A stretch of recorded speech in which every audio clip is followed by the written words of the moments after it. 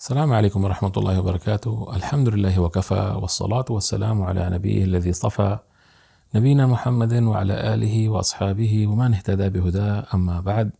لبیک اللہم لبیک لبیک لا شریک لک لبیک ان الحمد والنعمت لک والملک لا شریک لک لبیک۔ اللہم صلی علی سیدنا محمد وعلی آل سیدنا محمد وبارک وسلم۔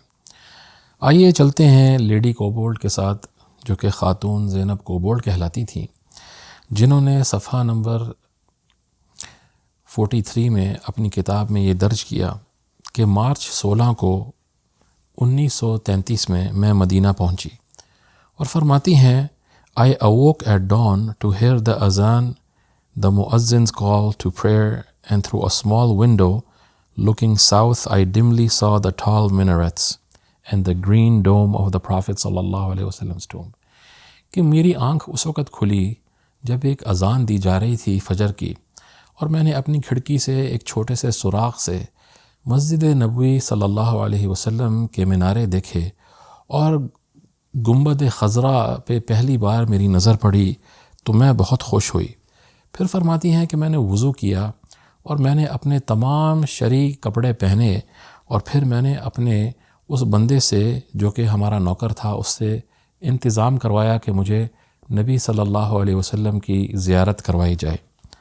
تو فرماتی ہیں کہ جب میں چلتی چلتی مدینہ کی گلیوں سے مسجد کے قریب پہنچی، اور جب میں نے قریب سے گنبد خضرا کو دیکھا تو فرماتی ہیں The green dome of the tomb looked like an emerald against the great blue sky of early morning۔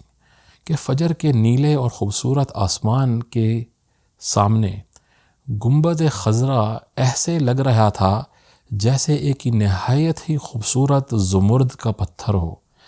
جیسے آپ لوگ جانتے ہیں کہ زمرد کا پتھر بہت نایاب ہیرا ہوتا ہے، تو فرمانے لگیں کہ میری آنکھوں کو نبی صلی اللہ علیہ وسلم کا گنبد خضرا ایسے لگا جس طرح ایک نایاب زمرد میری آنکھوں کے سامنے پیش کر دیا گیا ہے۔ A thrill went through me as I shed my shoes and crossed the thresholds۔ فرماتی ہیں کہ میرے جسم میں ایک عجیب سی کشش اور ایک خوبصورت لہر دوڑ پڑی، محبت کی لہر، اور مجھے اس چیز کا احساس ہوا کہ میں پہلی انگریز خاتون ہوں جو ایک ایسی جگہ جا رہی ہے جہاں پہ کوئی بھی نہیں پہلے گیا۔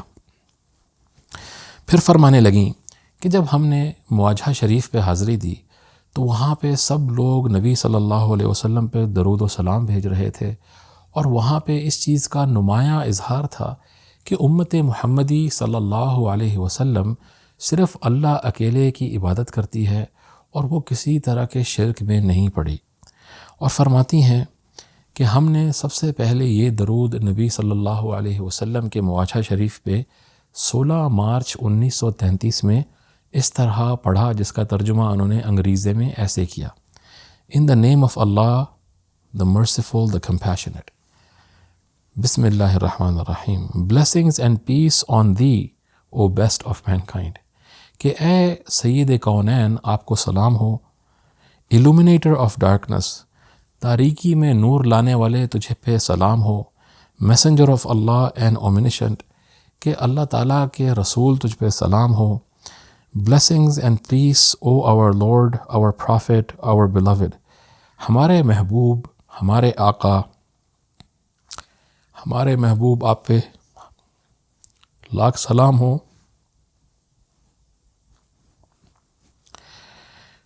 اے اللہ کے نبی، تو نے اللہ کی تلوار سے اپنے دشمنوں کو ہرایا اور ان پہ برتری حاصل کی۔